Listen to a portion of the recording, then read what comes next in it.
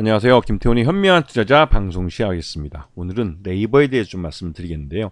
네이버가 올해 2024년 1분기 실적을 내놨습니다.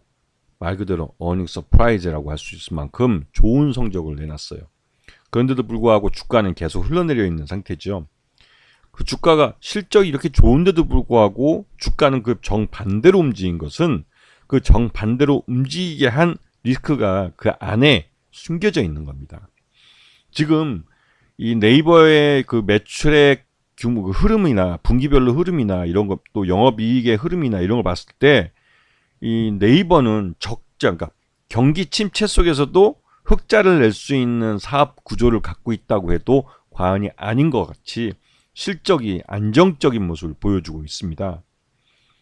그리고 이 안에 사업 부문별로 손익을 보시더라도 나름대로 그 어느 정도 수익이 고르게 안정적으로 그 발생하고 있는 것을 확인할 수가 있지요.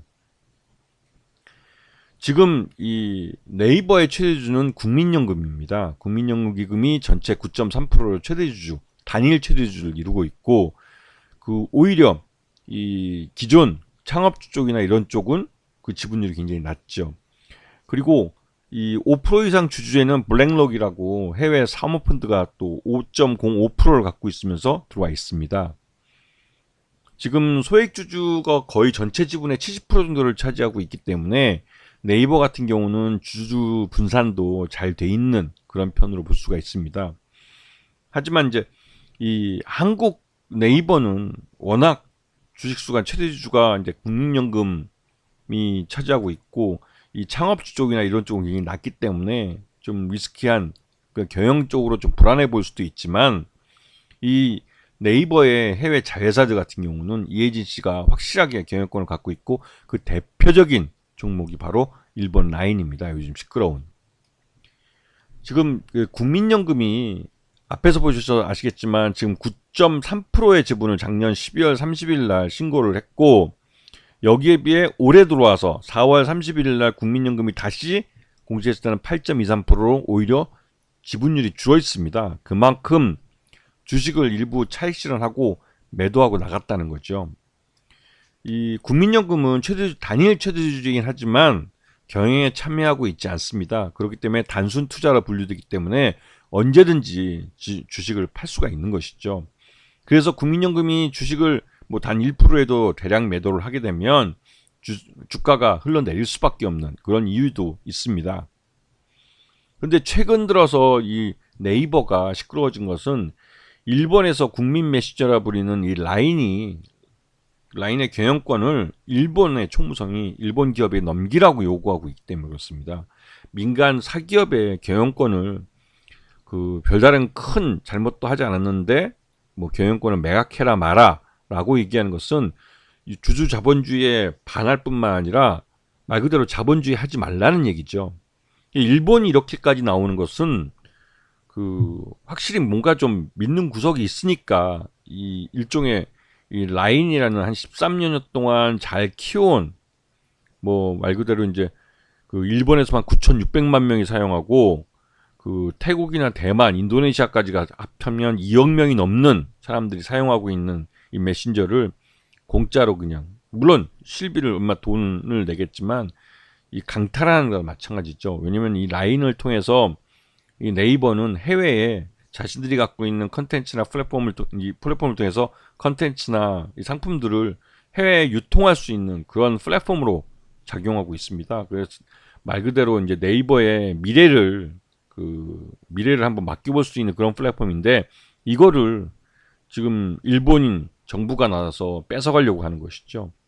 이거는 그 말 그대로 좀 상식 바뀝니다. 이런 경우는 일본도 자본주의 국가인데 이런 식으로 하면 우리 한국 내에 있는 일본 기업에 대해서 우리 한국 정부가 일본과 똑같은 논리를 내세워서 경영권을 찬탈할 수가 있는 것이죠. 그럼에도 불구하고 이런 짓을 벌이는 건 믿는 구석이 있기 때문에 그럴 겁니다. 지금 이 일본 라인은 네이버 창업자인 이혜진 글로벌 투자 책임자가 이 라인의 모회사인 A홀딩스의 공동 대표이사이자 회장으로 경영권을 행사하고 있습니다. 근데 이거를 넘기라는 것이죠. 왜냐면 이 라인과 일본 야후는 기존에 소프트뱅크가 갖고 있던 겁니다. 그래서 이 둘 라인과 야후재팬을 합쳐서 그 제트홀딩스라는 중간 지주회사를 만들고 그 상위에 이 제트홀딩스 그룹이라는 것을 지배하기 위한 A홀딩스라는 실질적인 지주회사를 만들었고, 이 A홀딩스의 지분을 네이버와 소프트뱅크가 50대 50으로 갖고 있는 거죠. 그래서 이 소프트뱅크는 뭐 우리나라도 유명한 손 마사요시 회장이 갖고 있는 회사고, 이 소프트뱅크를 통해서 이 옛날 그 인터넷 그 버블 때 손 마사요시 회장은 돈 엄청 많이 벌었죠. 그걸 갖고 지금 이 비전 펀드니 이런 것도 하고 있는 거라고 할 수가 있습니다. 근데 지금 이 소프트뱅크를 통해서 네이버가 갖고 있는 제트홀딩스의 50% 지분을 이 소프트뱅크가 일부 넘겨받아서 경영권을 A홀딩스의 경영권을 행사하라고 일본 총무성이 요구하고 있는 것이죠. 그래서 일본 총무성은 그 일본 국민들 약 한 50만 명의 개인 정보가 털렸다고 해서 그거에 대한 책임으로 경영권을 넘기라고 하는데, 이게 좀 황당한 겁니다. 그러다가 지난주에 우리나라에서도 뭐 일본과 우리나라를 오가는데 여권 없이 그 자유롭게 왕래할 수 있도록 하는 게 어떻겠냐는 우리나라 그 외무성 고위 당국자 명의의 이제 발언이 나왔었는데요. 그게 이제 언론을 통해서 알려졌죠. 이게 라인에서 그 약 한 51만 명의 일본인들 개인 정보가 유출된 것에 대해서 우리나라도 이 일본과 자유왕래를 하기 위해선 우리나라 국민에 대한 신상 정보가 기본적으로 일본에 넘어가야 됩니다. 약 5,300만 명의 개인 정보를 일본에 넘기겠다는 거죠. 윤석열 정부에서 하고 있는 짓거리가 그런 겁니다. 5,300만 명의 개인 정보가 넘어가면 일본 정부는 우리나라 국민들의 어떻게 보면 속속들이 그 개인 정보를 다 알게 되는 거죠. 이건 단순히 이 네이버가 관리했던 라인에서 일본 개인들 51만 건의 개인 정보가 유출된 거하고는 차원이 다른 개인 정보 유출입니다.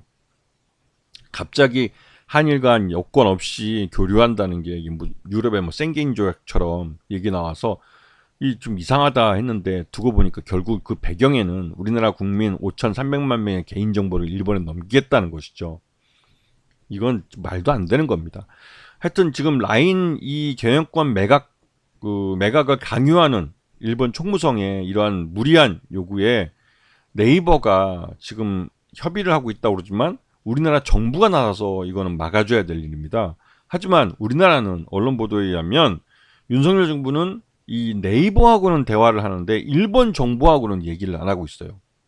이거는 일본 정부가 우리 사기업을 괴롭히고 있는 거기 때문에 우리나라 정부가 나서서 우리 기업의 이권을 지켜줘야 되는 겁니다. 근데 이런 것에서 이상하게 윤석열 정부는 일본 정부하고는 얘기를 못하고 네이버와 오히려 얘기하고 있다는 황당한 답변을 내놨죠. 이렇게 되면 라인을 실질적으로 네이버가 뺏길 가능성이 큽니다. 그렇게 되면 네이버는 상당한 기업 가치 훼손을 당하게 되는 것이죠. 이러한 사실은 조국 그 대표가 이 SNS에 글을 쓰면서 알려졌습니다. 여기서 이제 이 라인 사태에 대해서 조국 대표가 이 그 경영권 탈취 압박이 있다는 것을 알리면서 이게 이슈화 됐고, 이건 이후에 이게 이제 부정적인 여론이 나오면서 윤석열 정부가 뭐 외교부를 동원해서 또 뭐 네이버와 상의하고 있다, 이런 황당한 답변을 내놨죠. 지금 네이버를 보시게 되면 그 작년하고 재작년하고 2년 동안 주가가 많이 하락한 걸 볼 수 있습니다. 오히려 작년은 박스권에 갇혀서 횡보하는 모습을 보였는데요. 전반적으로 기준금리 인상을 통해서 소비 시장이 위축되고, 그러면서 또 그 소비 시장이 위축되면서 네이버의 주력 시장인 그 소비 시장들 때문에 또 실적이 좀 많이 안 좋아진 게 사실입니다. 그랬다가 올해 1분기 들어와서 실적이 회복되는 것을 숫자로 보여줬는데요. 그렇다면 이 1분기 실적만 놓고 봐도 보수적으로 봐도 약 20만 원 정도의 그 적정 주가가 20만 원 정도로 평가되고서 지금 현재 주가보다는 주가 소폭 하락해 있는 상태고, 장기적으로 지금 1분기 실적만 놓고 볼 때는 약 한 40만 원 정도가 최대 맥시멈 적정 주가로 볼 수 있습니다. 1분기 실적에 지금 실적 증가량을 이어서 가서 4분기까지 꾸준히 이 네이버가 잘 사업을 해간다면 한 40만 원 정도까지 주가가 올라갈 가능성도 있어요.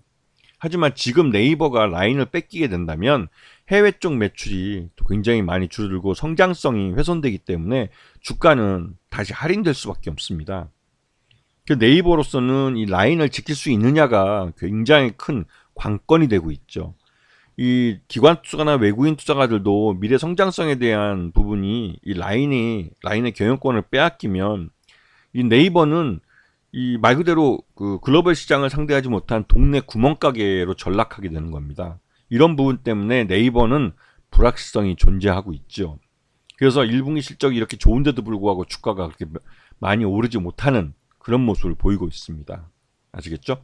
자, 오늘 방송 여기서 마치겠습니다. 감사합니다.